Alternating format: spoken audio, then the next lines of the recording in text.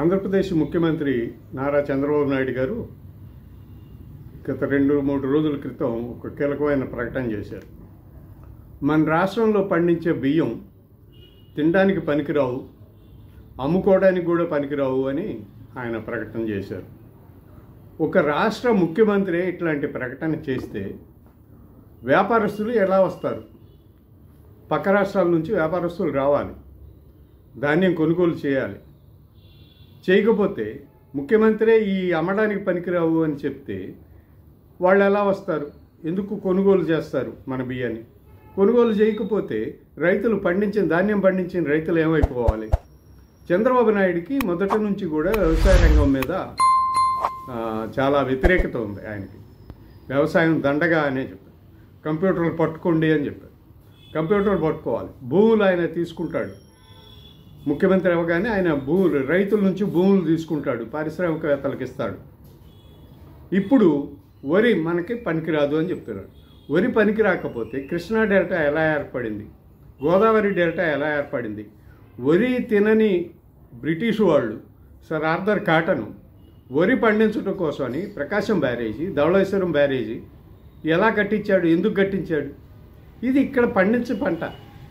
డెల్టాలో వరి తప్ప ఇంకేం పండించలేవు. చెరువుల కింద డెల్టాలో కృష్ణా డెల్టా, గోదావరి డెల్టా ప్రధానమైనవి. అన్నపూర్ణ ఆంధ్రప్రదేశ్ అంటే. అలాంటి చోట నువ్వు వరి పనికిరాదు, ఉద్యానవన పంటలకు వెళ్ళిపోండి అంటే జాంకాయలు, మామిడికాయలు, అరటికాయలు పండించి ఏం తినాలి ప్రజలు? ఏం తిని వ్యవసాయం చేయాలి? ఫ్రూట్ సలాడ్ తిని వ్యవసాయం చేయాలా? ఫ్రూట్ సలాడ్ తిని రోజువారీ పనులు చేసుకోవాలా కార్మికులు? సిమెంట్ బస్తా నెత్తిన పెట్టుకొని 3 అంతస్తులు బిల్డింగ్ నిర్మాణంలో ఉన్న బిల్డింగ్ ఎక్కుతాడు ఒక కార్మికుడు సిమెంట్ బస్తా పెట్టుకుని. వాడు ఫ్రూట్ సలాడ్ తిని ఆ పని చేయగలుగుతాడా? అసలు ఒక ముఖ్యమంత్రి ఏం మాట్లాడుతున్నాం అనే దాని మీద అవగాహన లేకపోతే ఎలాగా? మన బియ్యం పనికిరావు అంటే పనికిరావు అన్నప్పుడు ఆల్టర్నేటివ్ పంటలు ఏం చూపిస్తున్నావు నువ్వు?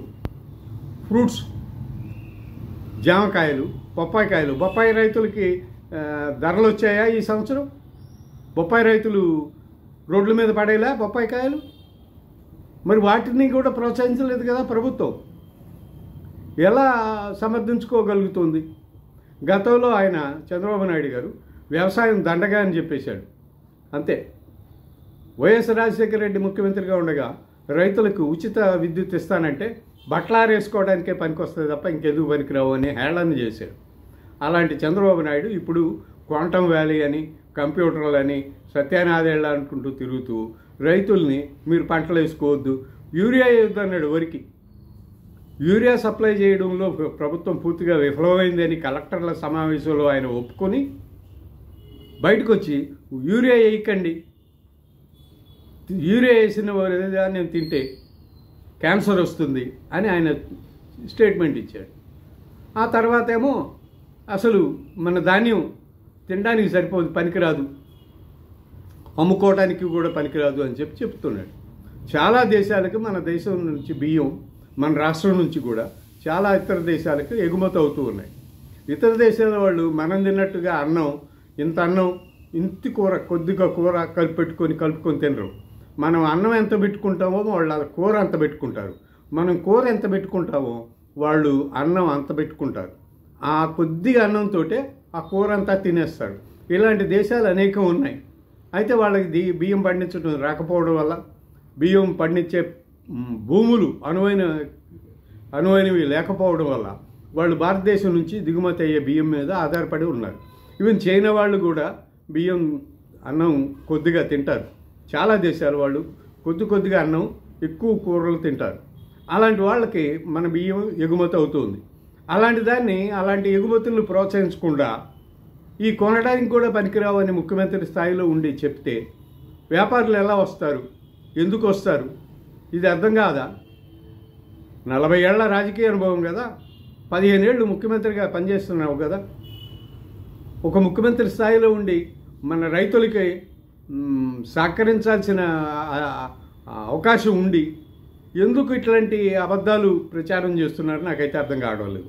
అంటే delta, Krishna delta, Godavari delta రాష్ట్రంలో అనేక చోట్ల చెరువుల కింద వేసే వరి పంటలు ఈ భూములన్నీ తీసుకెళ్ళి పారిశ్రామికవేత్తలకు ఇవ్వాలని ఆయన అనుకుంటున్నారా, ఆలోచిస్తున్నారా? వరి పంట ఆపేసి కృష్ణా డెల్టాలో వరి పంట కాకుండా ఇంకేం పంట వేయగలుగునని పెసలు మినువులు వేస్తారు రెండో పంటగా. అవి కాకుండా ఇంకేం పంట వేస్తావు? చెరుకు వేస్తావా? మొక్కజొన్న వేస్తావా డెల్టాలో? ఇది కదా ఆలోచించాల్సింది. అప్పుడు ఈ డెల్టా కాలువలన్నీ ఏం చేస్తావు? మూసేస్తావా? అవసరం లేదు కదా నీరు. వరి కాకుండా వేరే పంట వేస్తే అంత నీరు అవసరం లేదు, అన్ని కాలువలు అవసరం లేదు. గోదావరి డెల్టాని ఏం చేస్తావు? మూసేస్తావా? కోనసీమ ప్రాంతాన్ని అంతా కూడా వరి పండించకుండా ఆపేస్తావా? వరి పండించకుండా రైతులు ఏం పండించాలి అది చెప్పాలి కదా. చెప్పు. బొప్పాయి పండిస్తావా? పండిస్తే పంట ఈ ఏడాది ఆ పంటకు తగిన ధర ఇచ్చావా? గిట్టుబాటు ధర ఇచ్చావా? ఆ రైతులు బొప్పాయిలు రోడ్డు మీద పారేశారు కదా. మామిడికాయ రైతులకి మార్కెటింగ్ కల్పించావా? మామిడికాయ రైతులు రోడ్ల మీద మామిడికాయలు పారబోయలేదా? ఇవన్నీ చూడడం లేదా? ఇది వైఫల్యమే కదా. ఒక పక్క ఏ పంటలు అయితే ప్రమోట్ చేయాలని అనుకుంటున్నావో వాటినికేమో మద్దతు ధర లేకుండా చూస్తూ, రెండో పక్క రైతులు ఏదైతే పండించుకుంటున్నారో దాన్ని అవహేళన చేస్తూ, ఇది పనికిరాదు, అమ్మడానికి పనికిరాదు, తినడానికి పనికిరాదు అని చెప్పే మాటలు సరైనవి కావు. ఆయన విధానం మానుకోవాలి. వ్యవసాయం ఆధారిత రాష్ట్రం ఇది. ఈ దేశం కూడా వ్యవసాయ ఆధారిత దేశమే. ఈ రైతుల్ని ఆదుకోవాలి, రైతులకి అండదండగా ఉండాలి, రైతులకి వెన్నుదన్నుగా ఉండాలి.